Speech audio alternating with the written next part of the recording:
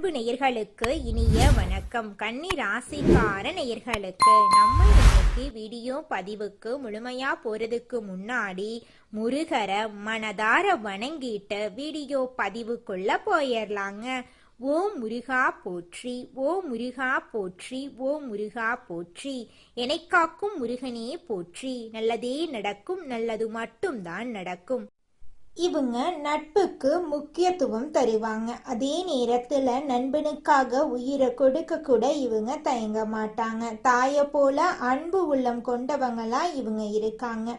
அடுத்தவங்க செய்ய முடியாதுன்னு ஒதுக்கி வச்ச காரியத்தை கூட அழகா திட்டம் தீட்டி முயற்சி பண்ணி அந்த காரியத்துல வெற்றி அடையக்கூடியவங்களா இவங்க இருக்காங்க. இவங்க பொதுவாகவே துருதுருன்னு இருப்பாங்க. அதே நேரத்துல கோபக்காரங்களாகவும் இவங்க இருப்பாங்க. இவங்கள பொறுத்த வரைக்கும் தான் மட்டும் நல்லா இருக்கணும் அப்படிங்கிற சுயநலம் கிடையாதுங்க. தன்னை சுத்தி இருக்கிற எல்லோருமே நல்லா இருக்கணும் அப்படிங்கிற பொதுநல குணத்தோட இவங்க வாழ்ந்துகிட்டு இருக்காங்க. இவ்வளவு அருமையான நற்குணங்களை கொண்ட கன்னிராசிக்கார அன்பர்களே, எல்லாரும் ஆரோக்கியமா இருக்கீங்களா? எங்கம்மா நீங்க வேற எங்களை பார்த்து இப்படி ஒரு கேள்வி கேட்குறீங்களே? எங்களை பார்த்தா ஆரோக்கியமா இருக்கிற மாதிரியா தெரியுது? நாங்களே ஒவ்வொரு நாளும் கவலைப்பட்டு வாழ்ந்துகிட்டு இருக்கோம் அப்படின்னு உங்க மனசுல நினைக்கிறது எனக்கு புரியுதுங்க. கன்னிராசிக்காரர்களே, உங்க வாழ்க்கையில இருக்கக்கூடிய இந்த துன்பமான சூழ்நிலை இனி வரக்கூடிய காலங்கள்ல காணல் நீரா மறைய போகுது. உங்க வாழ்க்கையை சொர்க்க வாழ்க்கை மாறப்போகுது. உங்களுடைய ஆசைகள் கனவுகள் எல்லாமே நிறைவேற போகுது. திருமணமாகாதவர்களுக்கு திருமண தடை நீங்கி திருமணம் இனிதே நடைபெற போகுது. குழந்தை பாக்கியம் இல்லாதவர்களுக்கு குழந்தை பாக்கியம் கிடைக்க போகுது. பூர்வீக சொத்து ரீதியாக இருந்த அனைத்து பிரச்சனைகளுக்கும் தீர்வு கிடைக்க போகுது. உங்களுக்கு வரவேண்டிய பூர்வீக சொத்து உங்க கையில வந்து சேரப்போகுதுங்க. உங்க வாழ்க்கையே அருமையான வாழ்க்கையாக மாறப்போகுதுங்க. உங்க கையில செல்வாக்கு உயரப்போகுதுங்க. புதுசா நிலம் வாங்க போறீங்க, வீடு வாங்க போறீங்க, நகையெல்லாம் வாங்க போறீங்க. உங்க வாழ்க்கை அருமையா ஆரோக்கியமா இருக்க போகுதுங்க. நம்மளுடைய கன்னி ராசி கால புருஷ தத்துவத்துல 6வது ராசியா இருக்கு. கன்னிராசிக்காரங்க சுறுசுறுப்பாகவும் திறமையாக வேலை செய்யக்கூடியவங்களாகவும் இருக்காங்க. எந்த வேலையையும் வேகமாகவும் சிறப்பாகவும் செய்ய வேண்டும் என்ற எண்ணம் இவங்களுக்கு இருக்கும். இவங்க ஒருவரை பார்த்த உடனே கவரக்கூடிய குணத்தை கொண்டிருப்பாங்க. சுக்கிரன் 9ஆம் வீட்டு அதிபதி.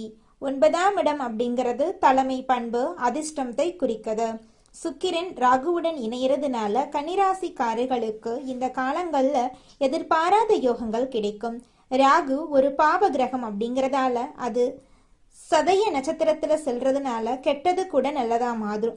கன்னிராசிக்காரங்க நல்லதை மட்டும் நினைத்தால் வெற்றி இவங்களுக்கு வந்துகிட்டே இருக்கும். சனி பகவான் கெட்டு போனதால் கன்னிராசிக்காரர்களுக்கு காதல், திருமணம், வேலை போன்ற விஷயங்கள்ல பிரச்சனைகளை சந்திச்சிருக்கலாம். உடல் ரீதியாகவும் மன ரீதியாகவும் இவங்க பல தடைகளை சந்திச்சிருக்கலாம். கன்னிராசிக்காரர்களுக்கு வேலை வாய்ப்புகள் சிறப்பா அமைய போகுது. வெளிநாட்டுல வேலை செய்யறவங்களுக்கு நல்ல மாற்றங்கள் ஏற்படும். சொத்து வழக்குகள்ல சாதகமான தீர்ப்பு கிடைக்கும். வீடு, இடம், பூமி வாங்கும் யோகம் உண்டாகும். உடல் ஆரோக்கியம் மேம்படும். திருமண தடைகள் நீங்கும். லாட்ரி யோகம் அடிக்கும் வாய்ப்பிருக்கு. நண்பர்கள் மற்றும் கூட்டாளிகளுடன் ஜாமீன் போறது போன்ற விஷயங்கள்ல மட்டும் நீங்க கவனமா இருந்துக்கோங்க. உங்களுடைய ஆசைகள் கனவுகள் எல்லாமே நிறைவேற போகுது. இது நாள் வரைக்கும் உங்களை வேண்டான்னு உதறி தள்ளிட்டு போன சொந்த பந்தங்கள் எல்லோருமே இனி வரக்கூடிய காலங்களில் உங்களை தேடி வரப்போகிறார்கள். உங்களுடைய வாழ்க்கையே சொர்க்க வாழ்க்கையாக மாறப்போகுதுங்க. உங்களுடைய வாழ்க்கையில இது நாள் வரைக்கும் இருந்த அனைத்து பிரச்சனைகளுக்கும் தீர்வு கிடைக்க போகுது. திருமணம் ஆகாதவர்களுக்கு திருமண தடை நீங்கி உங்களுக்கேற்ற சரியான வாழ்க்கை துணையோடு திருமணம் நடக்க போகுது. குழந்தை பாக்கியம் இல்லாதவர்களுக்கு குழந்தை பாக்கியம் கிடைக்க போகுதுங்க. பூர்வீக சொத்து ரீதியாக இருந்த அனைத்து பிரச்சனைகளுக்கும் தீர்வு கிடைக்க போகுது. உங்களுக்கு வரவேண்டிய பூர்வீக சொத்து உங்க கையில வந்து சேர போகுதுங்க. அடுத்ததாக நம்மளுடைய கன்னி ராசியில் இருக்கக்கூடிய ஒவ்வொரு நட்சத்திரக்காரிகளுக்கும் இந்த மாதம் எப்படி இருக்குன்னு பார்க்கலாங்க.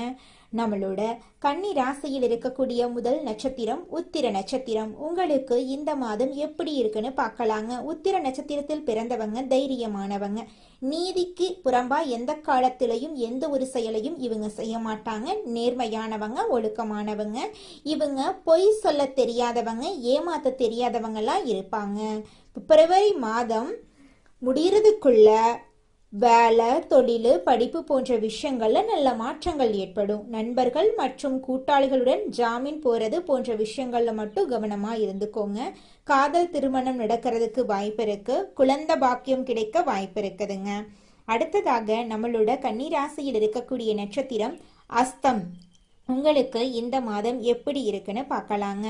அஸ்த நட்சத்திரத்தில் பிறந்தவங்க கற்பனை திறன் மிக்கவங்க, கலைகளை விரும்புவாங்க. இவங்க ஆசிரியர் வேலை, கலைத்துறை, இசைத்துறை போன்ற துறைகள்ல இருப்பாங்க.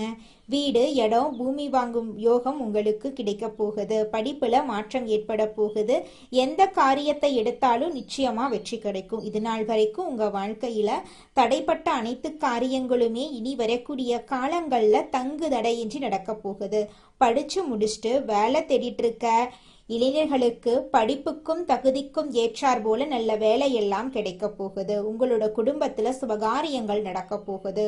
உங்களுடைய கனவுகள் நினைவாக போகுதுங்க. உங்களுடைய வாழ்க்கையில இது நாள் வரைக்கும் இருந்த அனைத்து கஷ்டங்களும் காணல் நீரா கரைஞ்சு போக போகுது. உங்களுடைய மனக்கவலைகள் காணாம போக போகுது. உங்களுடைய வாழ்க்கையே சொர்க்க வாழ்க்கையாக மாறப்போகுதுங்க. அடுத்ததாக நம்மளோட கன்னிராசியில் இருக்கக்கூடிய நட்சத்திரம் சித்திரை. உங்களுக்கு இந்த மாதம் எப்படி இருக்குன்னு பார்க்கலாங்க. சித்திரை நட்சத்திரத்தில் பிறந்தவங்க தைரியமானவங்க, தன்னம்பிக்கை உடையவங்க. இவங்க டேலண்டானவங்க, அறிவானவங்க. ஆசைப்பட்ட விஷயத்த அடைய போறாங்க. படிப்பு, கல்வி, வெளிநாடு போன்ற விஷயங்கள்ல நல்ல மாற்றங்கள் ஏற்படும். சுப செலவுகள் ஏற்படும். வீடு, இடம், பூமி, வண்டி, வாகனம் வாங்கும் யோகம் உண்டாகும். கட்டிடத்துறை, போலீஸ் துறையில வேலை செய்யறவங்களுக்கு நல்ல மாற்றங்கள் ஏற்படும். உங்களுடைய வாழ்க்கையில நல்லது தாங்க நடக்கும். கெட்டதுங்கிற பேச்சுக்கு துளி கூட இடம் கிடையாதுங்க. குலதெய்வம் எங்கேயோ இருக்குது, என்னமோ இருக்குது அப்படிலாம் நீங்கள் நினைக்க வேண்டாங்க. நீங்கள் எங்கிருந்தாலும் ஒரு தீபம் ஏற்றி வச்சு அந்த தீப ஒளியில் தெய்வங்கள் இருக்கிறாங்க அப்படின்னு நினச்சி வழிபாடு செய்யுங்க. குலதெய்வமே தெரியாவிட்டாலும் வீட்டில் தீபம் ஏற்றி வச்சு ஏதாவது ஒரு நல்ல நாளில் குலதெய்வத்தை நினச்சி வழிபாடு செய்யுங்க. குலதெய்வ வழிபாடு குலம் காக்குங்க, குலம் தலைக்கும். முதல்ல குலதெய்வம், அப்புறம் இஷ்டப்பட்ட தெய்வம், அப்புறம் உங்களுக்கு விருப்பப்பட்ட தெய்வங்க. எந்த கோயிலுக்கு போனாலும் என்ன பண்ணாலும் ஏற்றமில்லை அப்படின்னு நீங்க சொல்லுவீங்க.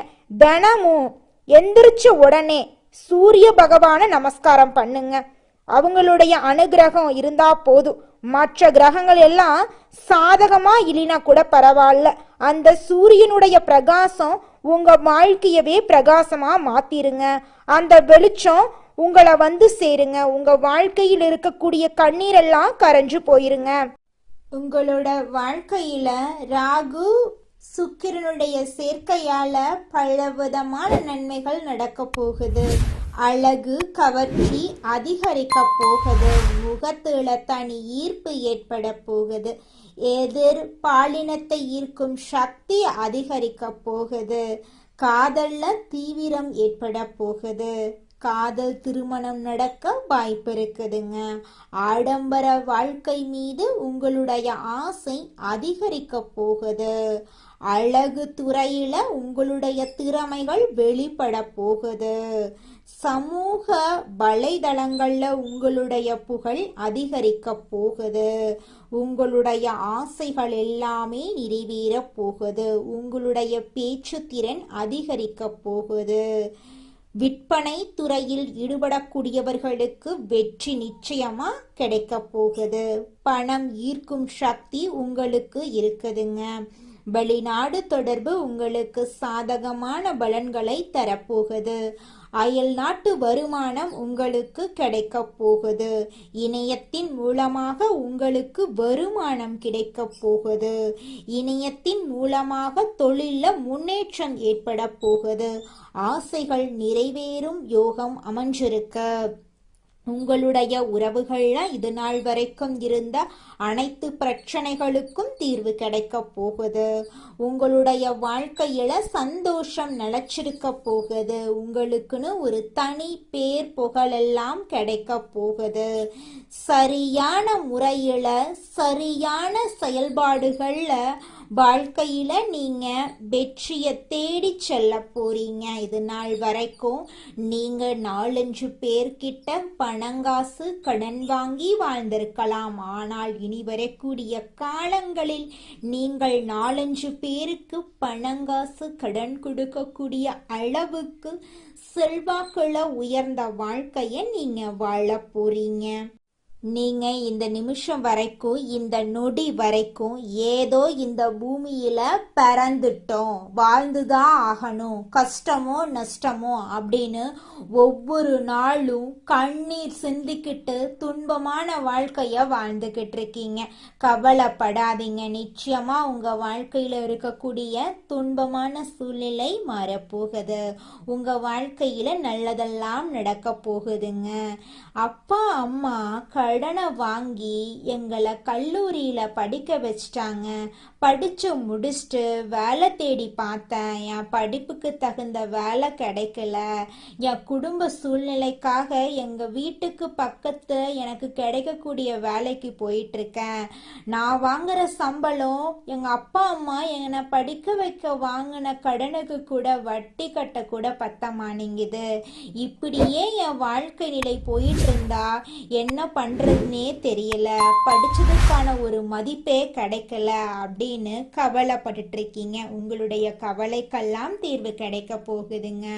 உங்களோட படிப்புக்கும் தகுதிக்கும் ஏற்றார் போல நல்ல வேலை, நல்ல சம்பளத்தோட உங்க வீட்டுக்கு பக்கத்துல கிடைக்க போகுது. நீங்க சந்தோஷமான வாழ்க்கைய வாழ போறீங்க.